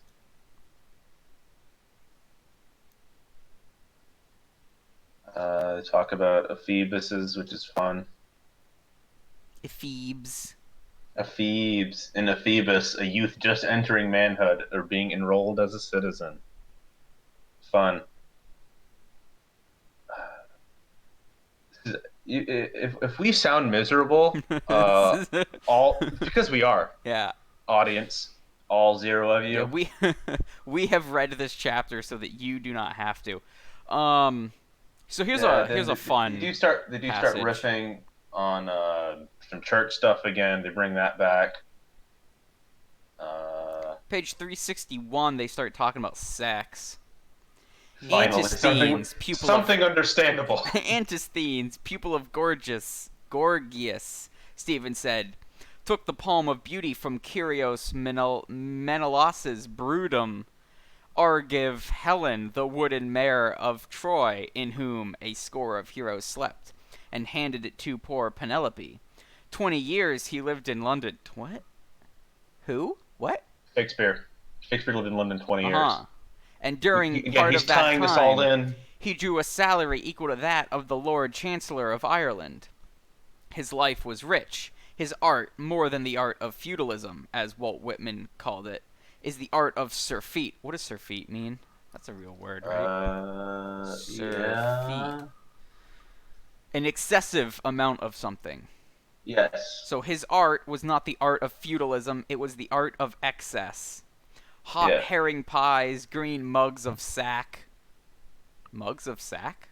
Mugs of sack. What is sack? Is that mean? They're referencing rich and sweet Elizabethan dishes. Uh-huh. Just the sort of excesses of the time. And some of the meals that were in Shakespeare's plays. Anyway. Yeah. Honey sauces, Marchpane. sugar of roses, marchpane, gooseberried pigeons, Ringo candies. Sir Walter Raleigh, when they arrested him, had 500,000 francs on his back, including a pair of fancy stays. The gombeen woman Eliza Tudor had under linen enough to vie with her of Sheba. 20 years he dallied there between conjugal love and its chaste delights, and scortatory love and its foul pleasures. I'm gonna just Google scortatory real quick. Scortatory derived from the Latin scortator, a fornicator or whoremonger, It means which in turn derived doing from the scrotum, sex. a prostitute, harlot, or Whereas strumpet. conjugal, Conjugal love is marriage. yeah, It's married love. It's the difference between having sex with my wife and fucking a whore. It's The only two ways to have sex. yeah, Mhm. the duality of man. yeah. And we get back to Shakespeare. This time where it's Richard III, which coincidentally this has nothing to do with what they're talking about. Richard III is a euphemism for taking a shit in Oh, British sorry. English. Yeah. Okay. And the gay Lakin, Mistress Phaeton, mount and cry, oh, and his dainty bird sneeze. Lady Penelope Rich, a clean, quality Mhm. woman, is suited for a player, and the punks of the bankside, a penny a time. Mm-hmm. Is bird sneeze a euphemism for something? And if it is Yes. it what I think it is? Bird No. sneeze. Literally, bird's eyes. It's an Elizabethan term. Dear. Bird's knies. See, Yep. pig's knies? It's just in Elizabethan times that was just a term of endearment. That's just Huh. what it is. But punks on the bankside, It's bankside of the Thames. It's a vulgar term of endearment. So according Yeah. to Green's Dictionary of Slang, birds and eyes mean the same thing as Mhm. pigs and eyes, which means that like you're looking at someone the way a pig would look at someone, Yeah. meaning Lustfully? lustily and greedily. Yeah. Yeah. There's more talking about whores again. Apparently, the punks on the bankside of the Thames was the area around the theaters in Elizabethan London. Punks are prostitutes. In this case, prostitutes, as penny a time suggests, since the going price for a prostitute with, quote, class was about 6 shillings. See All's Well That Ends Well, another Shakespeare play. So this is referencing the How Shakespeare much play, is which a is set in shilling? contemporary. I don't care. How many pennies is a shilling? It's the difference between what a $20 and $100 hooker. Sure. Is that? Let's go with that. And there's some other references to some Cock canary. art. Sir some of the- William Davenant of Oxford's mother with her cup of canary for any cock canary. talking about X. Yeah, and there's some more alleged aspects about Shakespeare that I guess he fucked every woman in London. Sure, we can just make things up about a man we know nothing. I mean, he is the bard. Yeah. Was he? But he he is was the bard in the classical sense. Yeah, was he just like the sad artist writing tragedies and inventing the human as one of the scholars of Shakespeare has written, or was he a bard in the D&D sense in that And then He he physically ruined- handed Fucking out horny dice. as fuck. yeah he brought his own dice and he Your mic cut out. You cut out there. of course it did. Don't repeat the joke. Just No, we're just gonna let move it fall swiftly on the cutting onward. room floor. So here's something fun. If I can direct your wooing, attention to the bloods. preview in the stream. I don't know what's going on, but the margins change here. They do. And it starts to look like a script. Regular margins are for suckers. Mocker, and therefore he left out her name. And from the first draft, and therefore he left out her name from the first draft, but he did not leave out the presents for his granddaughter, for his daughters, for his sister, for his old cronies in Stratford and in London. And therefore, when he was urged, as I believe, to name her, he left her his second best bed. Punked. Left her his second best. Left her his best a bed. Second best. Left the bed. Whoa. Yeah. Joyce is having fun with his typewriter again. No, Joyce is having a stroke. Yeah, Could be both. all of these female characters, Mocker being just another guy in the room. These are all like the female relations of Shakespeare. Because this is one of the more interesting facts. In Shakespeare's will, he left his wife his second best bed, and nobody knows what the fuck that means. The best guess that I was told is that you had sex in your second best bed and slept in your best bed, and so leaving her the second best bed was like, I respect you as a wife for giving me children, and as opposed to the first bed, which was meant just for sleeping. Oh, it's not And- him saying get fucked? No, maybe. And to my wife, I leave the fucking bed. Yeah, that sounds more accurate. So the bed where we conjugated the relationship. It made more sense in Elizabeth times when Essentially, he's Church in saying hell it and- what he's saying is it wasn't a loveless marriage, yes, Well, he had 6 Um, kids. at least by that interpretation. perhaps. Yeah, we know so little about Shakespeare. But we know his knows- will. Yeah, because that was illegal. That was one of the few things we know about him is Mhm. will, and Right, 'cause his that's on baptismal record. records. Yeah, it's one of the few pieces of paper we have about him. Like even that famous picture of Shakespeare that we all have of like the balding with the little bit Yeah. of hair on the sides. We don't know if that's him or not. That's just a guess. It's just the dude. We're pretty sure it's Shakespeare. We're just not sure. Everyone looked like that back then anyway, so. We're just not sure because we don't have any originals. The oldest ones we have are like copies of something, so we don't know. Could be him. So It's probably him. I'm not going to try Oh, and read no. this passage aloud because it's really long, but I want you to just. This is how long Steven's rant goes on uninterrupted. So it starts here, and then it goes on the entire next page. In Mhm. wall of The text whole fashion. thing. Yeah. Yeah, and we're talking about Um, moneylenders again. So Yeah, they're talking. Here we go. So here we get It's- on the casual it's a dialogue. anti-Semitism. yeah. There's a bit earlier because apparently a sheeny is another word was a slang for Jew. The So, son of a malt jobber and money lender, he was himself a corn jobber and money lender, with 10 tods of corn hoarded in the famine riots. So I actually recall an annotation bringing this up before, where basically there was a guy who had like a warehouse full of corn, Hmm. and then there was a famine, and he started selling the corn at ridiculously high prices, and that was like how As the one family does. got their fortune. Mhm. 10 tods of corn hoarded in the famine riots. His borrowers are no doubt those divers of worship mentioned by Chettle Falstaff, who report... That sounds like a D&D character name. Chettle Falstaff is a character from Shakespeare. who reported his uprightness of dealing. He sued a fellow Oh no.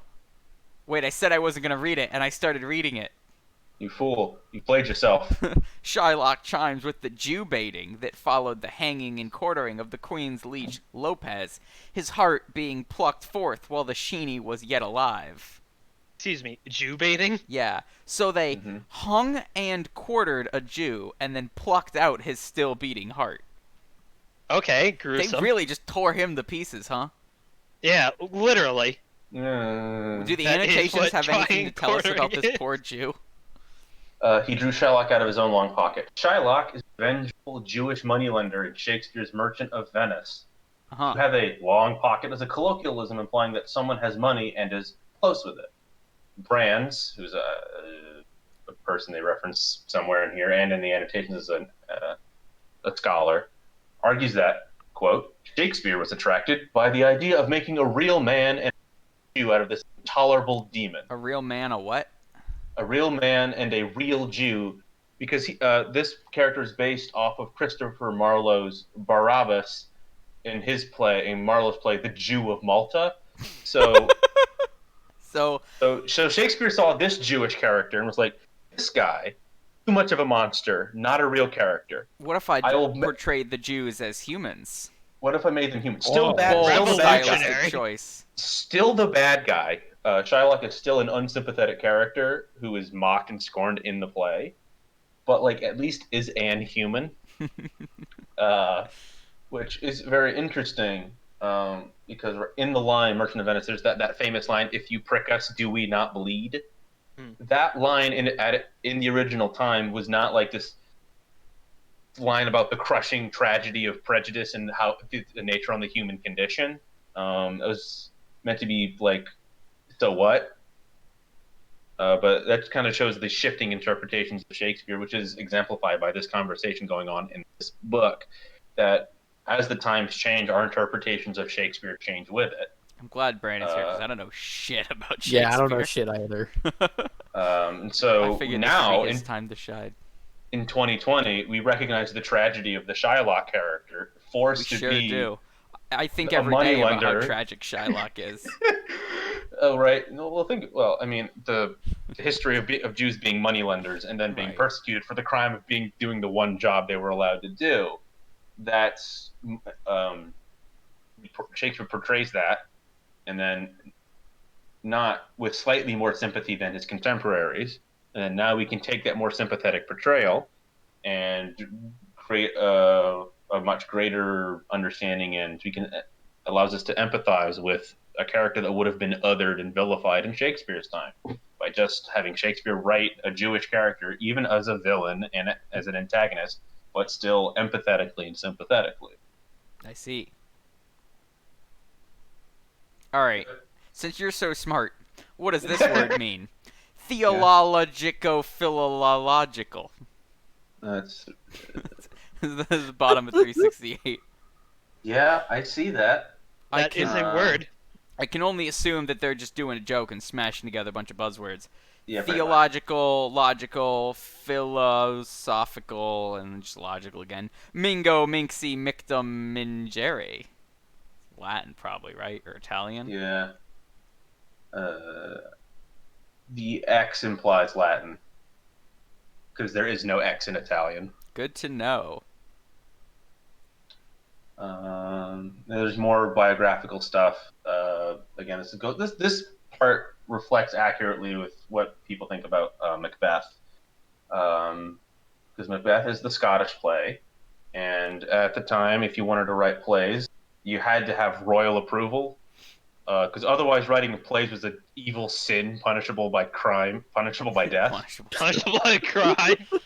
Oh, it was You are punished with having to commit robbery. Yeah. No, it was like everything back then was capital punishment. But yeah, no, because it was plays were considered sinful unless if they were like church sanctioned plays like Passion plays or Easter plays or Christmas things. Doing the nativity. Specifically religious things. So you had to have royal assent, and so King James VI of Scotland was invited to be first of England because England had run out of kings. They had run out of male heirs, and this is before we invented having. And Elizabeth did not have any male heirs, and all of the princes were deemed bastards. Elizabeth didn't have any legitimate children, so they're like, well, technically King James over there in Scotland is a king. He's technically under us, but we could promote him, and so they let him come in. And in Macbeth, the plot concerns some of James's ancestors, and they paint them in a favorable light as a way to legitimize the monarchy of James VI, as opposed to Macbeth, who was based on a historical Macbeth who tried to usurp that correct bloodline. The king is dead, long live the king, that sort of stuff. And it is true that that King James I of England, King James, was obsessed with witchcraft and the occult, and he even published a book about it called Demonology on how to find and hunt witches. And a practical guide. A practical guide. Yeah, fascinated by witchcraft, he produced a textbook, and as King of Scotland, actively involved in promoting large-scale witch trials and executions. So the supernatural Fun element for the whole family. Yeah, so the supernatural stuff in Macbeth and in Hamlet is commonly seen as a way of Shakespeare to curry favor with the new head of state, so he doesn't get shut down, and to help legitimize the monarchy, which is like it's brought up a bit later. Manufacturing consent, as they say. Yes, yeah, it's even brought up later in the discussion about Shakespeare was like simping for the monarchy. Well, like you kind of had to back then. You could critique the concept of monarchy in the sense that bad kings make the system not work. One of a children's example. This is like when Scar takes over the Pride Lands, and then the rain stops. Yeah. And as soon as Simba takes back over, everything is just immediately naturally fine again. Yes. That's how it works. No action of his own. That's how it works. That's the cosmic ordering of the universe balance is restored. A good king is on the throne. So that's that stuff about Hamlet and Macbeth. Anyway, here's some more talking about Jews and incest. St. Thomas, Stephen Smiling said, whose gore-bellied works I enjoy reading in the original, writing of incest from a standpoint different from that of the new Viennese school Mr. McGee spoke of, likens it in his wise and curious way to an avarice of the emotions. He means that the love so given to one near in blood is covetously withheld from some stranger who, it may be, hungers for it. Jews, whom Christians tax with avarice, are of all races the most given to intermarriage. Oh boy. So, this is just so fun. Fucking hell. Jews are of all races the most given to intermarriage is just every single word of that sentence is a yikes. Bad. Yeah. That's some yikes. I do not like using yikes. Yikes. But yikes. Holy shit. I think the implication there is the fact that died, but you then cut he out takes again. it. Yeah, I think what he's stumbling towards is the idea that Jews aren't supposed to marry outside; they aren't supposed to marry Gentiles. And so his take this is true. And then he goes, of course, and by this, that means they're all doing incest. Well, you had me in the first half. There is also the whole everyone in the Old Testament was doing incest thing, because there was only 100 people that existed, and they all came from Adam and Eve, so the options were limited. Yeah, so that's fun. And there's God didn't want conjecture incest, here. he would have just made some extra Whether people. these be sins or virtues, old Nobadaddy will tell us at Doomsday Leet. Nobadaddy? Nobadaddy. Yeah, nobody and daddy portmanteaued to nobodaddy. Yeah, no, the annotations say nothing about this. I'm furious at them. Yeah. So this is where the arguments go way off the rails. They start talking about incest. They start talking about the nature of fatherhood. This is where it gets a little more interesting. So, I think I hold skipped on. this page entirely, but she read or had read to her his chapbooks, preferring them to the Merry Wives, and loosing her nightly waters on the Jordan. She thought over hooks and eyes for believers' breeches, and the most spiritual snuff-box to make the most devout souls sneeze. Venus Her has twisted nightly her waters? lips in prayer. Agan bite of inwit, remorse of conscience. It is an age of exhausted whoredom, groping for its god. Mm-hmm. Nightly I don't know waters? what that means. What does that mean? I don't know. The Jordan was slang for a chamber pot, Uh-huh. All right. Okay. So but it's That's what I pouring out the thought. chamber pot. but it's also we're talking about the River Jordan, which was seen as the holiest river, and Was it? Seen by in- whomst? it- Puritans, I see. ISIS, Wait, where is the Christian River ISIS. Jordan? Israel, Holy Land. Okay, Which is that why makes sense. it all comes together. And then there's just Yeah. we're in this part where like every single word has its own annotation. Oh, they Hooks and literally Eyes was the name of bottle a the water pamphlet. and sell it in Yeah. modern day times. So, And all about everything being ages of horrors. Like at the time, London was like the whole city was crime alley, Mm-hmm. except for like the Royal Palace and like Kensington. Like remember, on the other side of the river, where the Globe Theater was, down the street was another theater where you could watch a bear fight a dog, and then on that the other doesn't seem direction, like a fair fight. well, no, the bear was chained. The bear was chained to a stake, Oh. and so they would release dogs, and then that cost the same as seeing Hamlet. So if you were looking for some cheap entertainment in Shakespeare's time, you had the choice between violent blood sport and the theater, which was not seen as high art. And fucking. Yeah, and the or penny or horse. just prostitution and Yeah. cheap Which horse. conveniently were all located on the same city block. Yeah. Yeah. So, because the theater as the high art, there's court theater, which was the elaborate ritual-based theaters that were performed in royal courts, and opera, which was not at all which wasn't like not vulgar, and all the violence happened off stage in Greek fashion, as opposed to the big innovation that Shakespeare did was bringing all that off-screen violence, bringing it on screen, Tarantino style.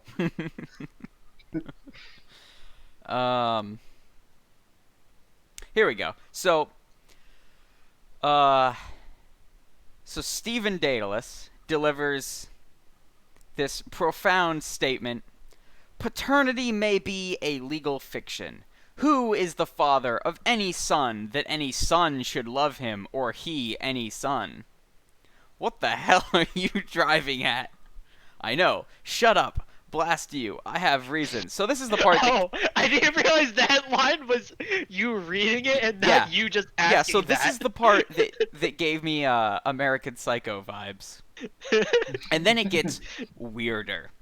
They are sundered by a bodily shame so steadfast that the criminal annals of the world, stained with all other incests and bestialities, hardly record its breach. So they, I'm pretty sure, means fathers? Sons Loves that with do not mothers, speak their name. sires with daughters, lesbic sisters, loves that dare not speak their name, nephews with grandmothers, jailbirds with keyholes, queens with prize bulls. The son unborn mars beauty, born he brings pain, divides affection, increases care.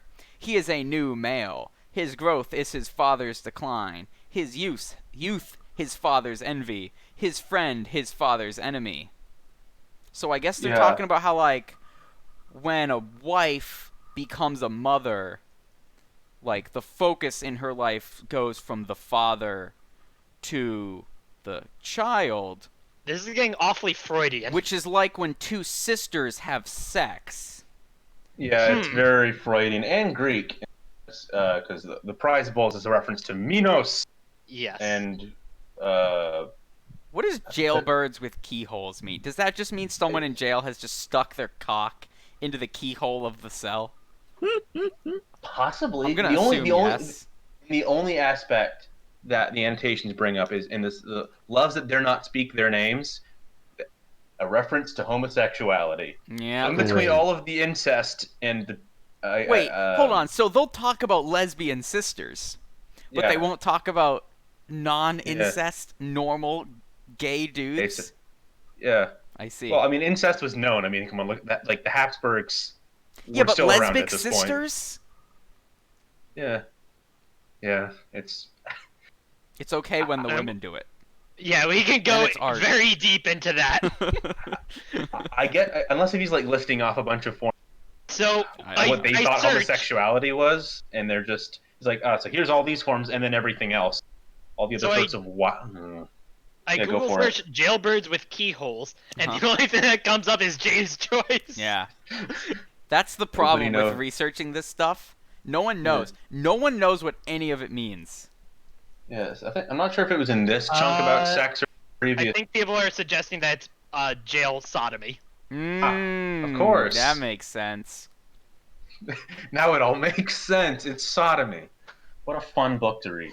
Well, if the father who has not a son be not a father, can the son who has not a father be a son? Question mark. When Rutland Bacon Southampton Shakespeare, or another poet of the same name in the Comedy of Errors, wrote Hamlet, he was not the father of his Fucking own son spacing. merely, but being no more a son, he was and felt himself the father of all his race, the father of his own grandfather, the father of his unborn grandson, who, by the same token, never was born, for nature, as Mr. McGee understands her, abhors perfection.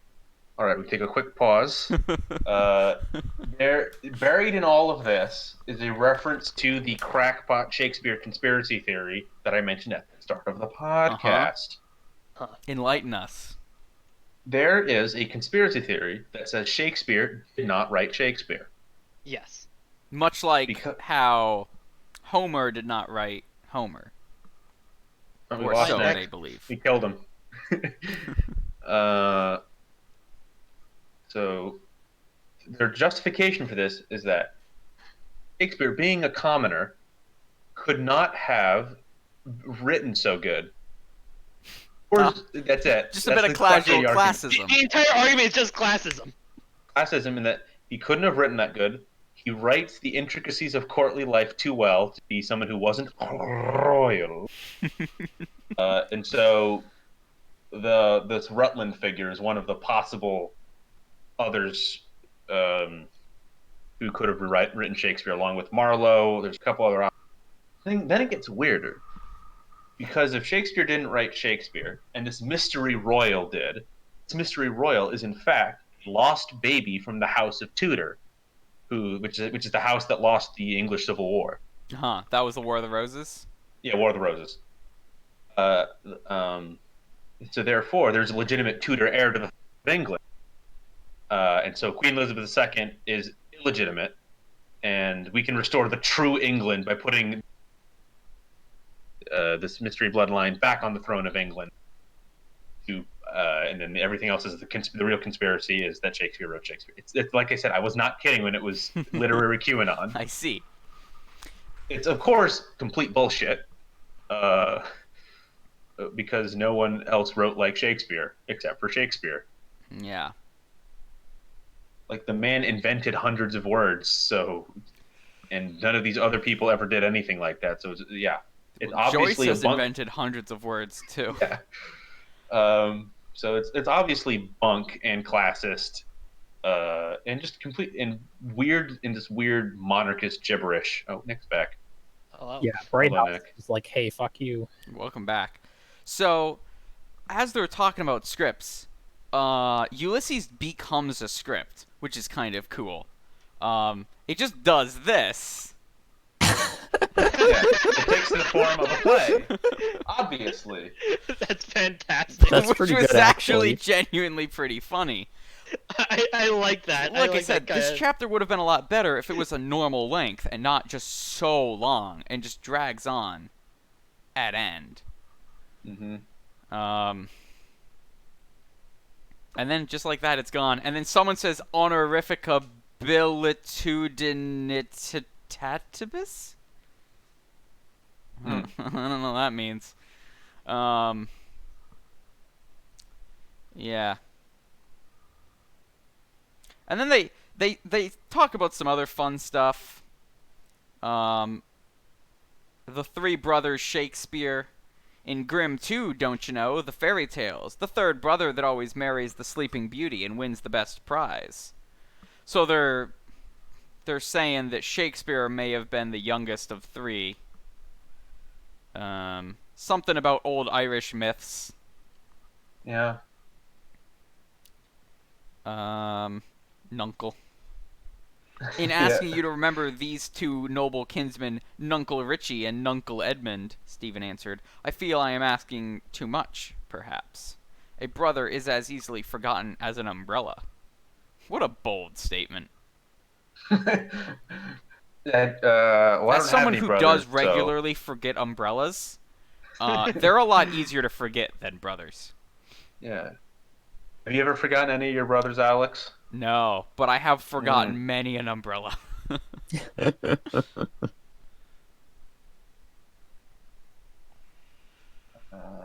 Yeah.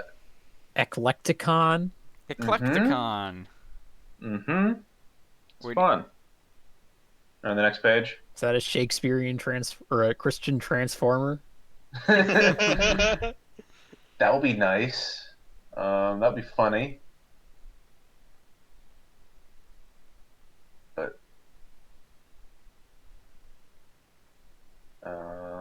It's probably way back.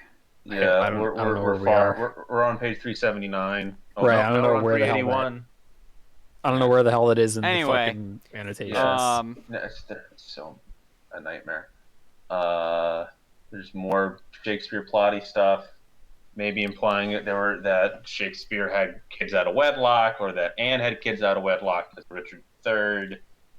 Yeah. Richard, They the talk third. about Iago. the villain in Othello. Oh shit, we did Othello in school. I You did. did. I did it in English 102. Did you watch the? Did your professor just say "fuck it"? Watch the movie. No, we had to act that shit out. Oof. Meanwhile, I just got to watch the adaptation of Romeo and Juliet where they all have guns, Oh. which was a pretty good Ooh. one. Fetch Oh, my it's such a longsword, loud ho! movie. And they just do this close-up shot of him pulling out The- this the gun that- gigantic the gun gun that says- says longsword on the barrel. Yeah, it's a gun that says sword. Yeah, It's very loud. It was really funny. It is. Um. They called Kinch a cuck. Yeah, that's good. Cuckoo, cuck mulligan clucked lewdly. Oh, word of fear. He's not married. How is he a cuck? Hold on, I remember this from the annotation. I gotta find it. Cuck, as a verb, means to sound the cuckoo's noise.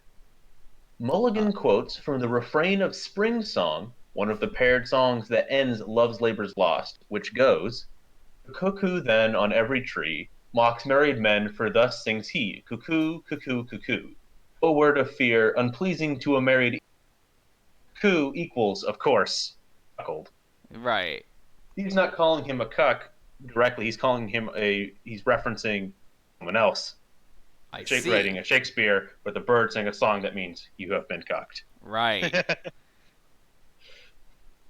And then here is another absolutely massive passage of Stephen just lecturing at end.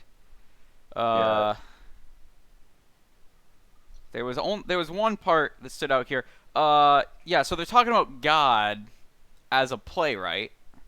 The Mhm. playwright who wrote the folio of this world and wrote it badly, in parentheses. He gave us light first, and the sun, 2 days later, referring to Genesis, how on the first day God says, "Let there be light," and then on like the third day, God says, "Let there be a sun and stars." They're calling God a bad world builder. Yeah, look at all these plot holes. Ugh. Yep. Look, it takes a while to roll the fucking Katamari around to make stars, alright? This is where he says the N word again. Fun. Oh yeah, It's just yeah, sort of right there. they dropped the Can we hard move that- R. can we- What page is that on? 383. It's right there in the middle. Nuncle Richie the bad man Oh, yeah, taken no, off by there it poetic is. justice is the place where the bad go. Yeah. So this stream is now 18 plus. We're gonna get demonetized. We're gonna get kicked off the platform for. Well, you're gonna get kicked off. Nothing's gonna happen to me. Just cover it up. You're gonna here. get canceled. Oh no. They can't cancel me. I'll just highlight it. Yeah, well, because you see how I got the hand when it's over here? Right. And then it becomes not the hand. Yeah. Let's. Anyway. let's You need not. to use the hand to edit that out. Wait. I got it. There we go. Brilliant. And apparently, this is a reference to a Stephen Foster song. Now, if I remember, who is Stephen Foster? That name is familiar. I forgot to look it up before now. Of course, Stephen Foster is the father of American. He's the guy who wrote Camp Down Races, Old Folks at Home, American with what? the light brown. He's the father of American music because he wrote Susanna, Camp Down Races, Old Folks at Home. So this is on brand for him writing a song with the N word in it because Old Folks at Home, the theme song for Florida, used it didn't used to be a house on the river. It used to be a plantation, and like the second verse is all about how cool going back to the plantation was. So that's fun. Uh-huh. Yeah. So that's why that's there. Unfortunately. Yeah. So that's that's pretty much the end of the things that stood out Yeah. to me, except 384. You skipped ahead. Yep, right there. "You are a delusion," said roundly John Eglinton to Stephen. "You have brought us all this Oh, yeah. way to show us a French triangle. Do you believe your own theory?" "No," Stephen said promptly. Stephen, and by extension, Jimothy Joyce, has written an entire chapter spinning an elaborate at his own characters. yeah. So this Doesn't was actually believe. This whole 55 chapter was a waste of fucking 55 pages of Daedalus making shit up. And then admitting he doesn't believe a lick of it. Yeah. Yeah. He's just doing it because I'm so smart. I can invent a theory of literary criticism on the spot to impress my friends. And then they start making masturbation jokes. So Steven Yes. and as they leave, Steven and Move the Malachi face. I want to see the masturbation jokes. just oh yeah. The masturbation jokes in the same way that like Shakespeare wrote masturbation jokes. It's Yeah, so they walk off together and they're talking. So as he's leaving, Steven says, "For a guinea, you can publish this interview," which might be a joke, might not, because like he was previously offered a spot in the newspaper. Anyway, I called upon the bard Kinch at his summer residence in Upper Mecklenburg Street and found him deep in the study of the Summa Contra Gentiles, in the company of two gonorrheal ladies, Fresh Nelly and Rosalie, the Colquay whore. And then... Where is it? "I smell the pubic sweat of monks." That's a good line. Okay. Bit more casual racism here. "Oh, the chinless Chinaman, Chin Chon Eglinton." Eglinton being the real author who is also the character that was talking with them.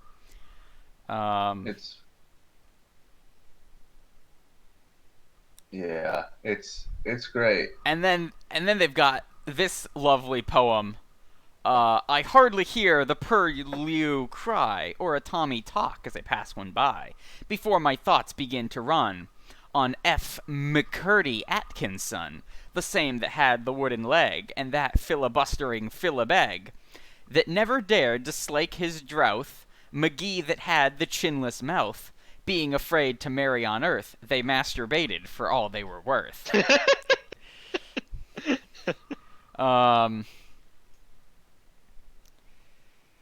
And then, so, as they're walking, Mulligan is writing on this piece of paper this fake play or the fake, like, front matter of a play that he has written, entitled Every Man His Own Wife, or A Honeymoon in the Hand, in parentheses, A National Immorality in 3 Orgasms, by Bollocky Mulligan. Characters. Toady Toastoff, a ruined Pole. You know, the joke, like, Pole like dick, instead of Pole like Pollock. Mm-hmm. Oh. Honey. Crab, a bushranger. Mhm. Medical Dick. Wait, what's going on with these parentheses here? Medical Dick, end paren. And and two paren. birds with one stone. Medical Dravy. Mother Grogan, a water carrier. And Fresh Nelly and Rosalie, the Cole Quay whore. Which Yeah. is... Toby and Crab are traditional in English university bawdry. What's a baudry? One act lewd plays. Uh-huh. The Oh, Elizabethan okay, revival is something gotcha. like a Greek. Tossed off, puns on to toss off. So Right. is Rosalie here meant to be an actual whore's name, or is it meant to mean like date with Rosie Palms? I think these are actual whores or like fictional whores because they talk about it fictional before. horrors of literature. Oh, where was it? You have to remember Here we go. that Yeah, every single word in this book in the is a company of reference to two something else. gonorrheal ladies, Fresh Nelly and Rosalie. Yeah, it's cool and good. Yeah, and then they just kind of like walk through the town, talking about wandering Jews again. Mm. The Yeah, wandering bringing it back. Jew, Buck Mulligan whispered with clown's awe.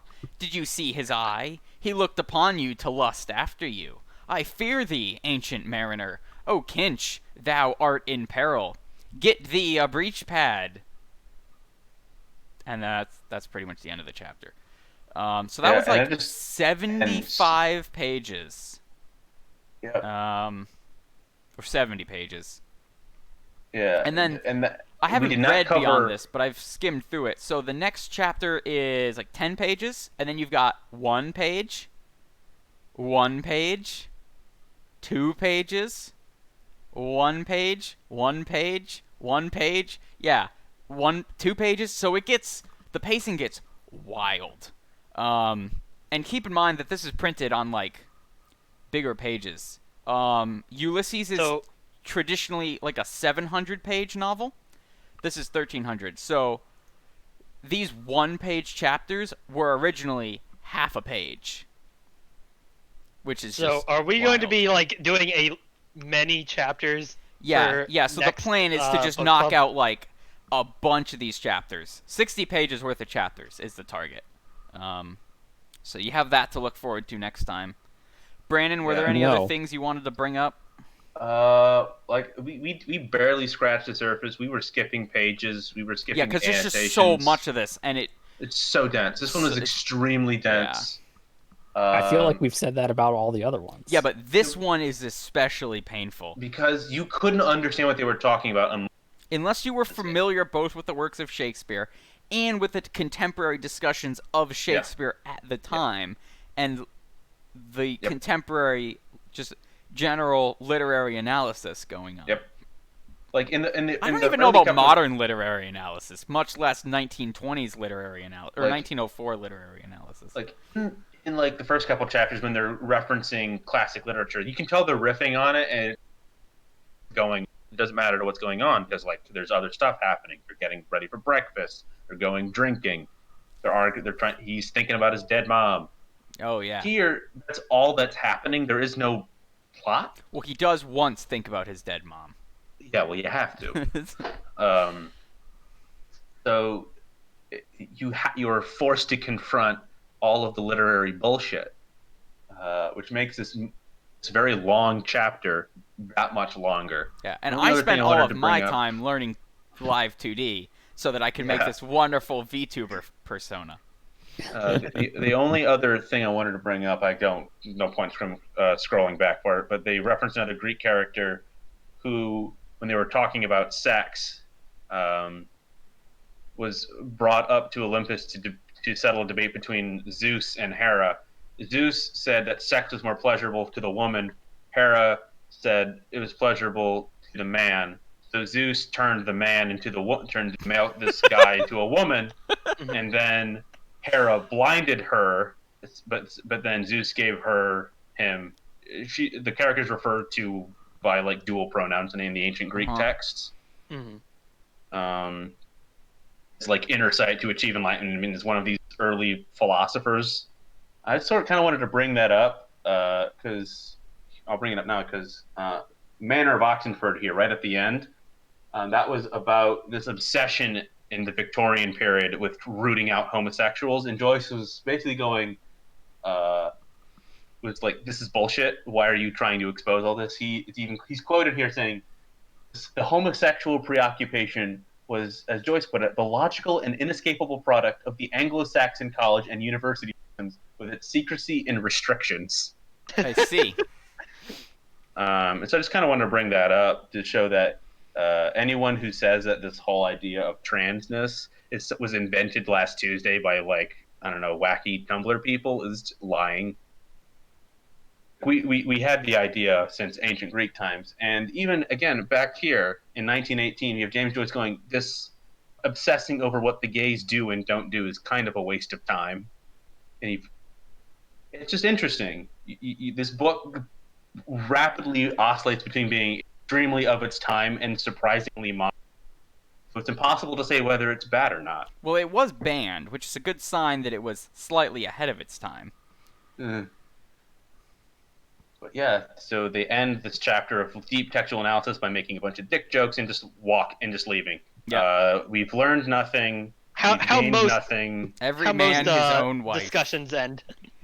And that's it. Don't forget to subscribe. Bye next. Like, Smash that comment. motherfucking like button uh, and never look the Wandering Jew in the eye. if anyone wants to sponsor us, please get in touch. If anyone wants to sponsor us, why? We don't I think have an that's- audience.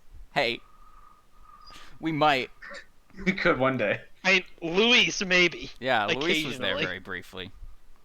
I think that's it for this week. Let's just end it. Let's just end this. Somebody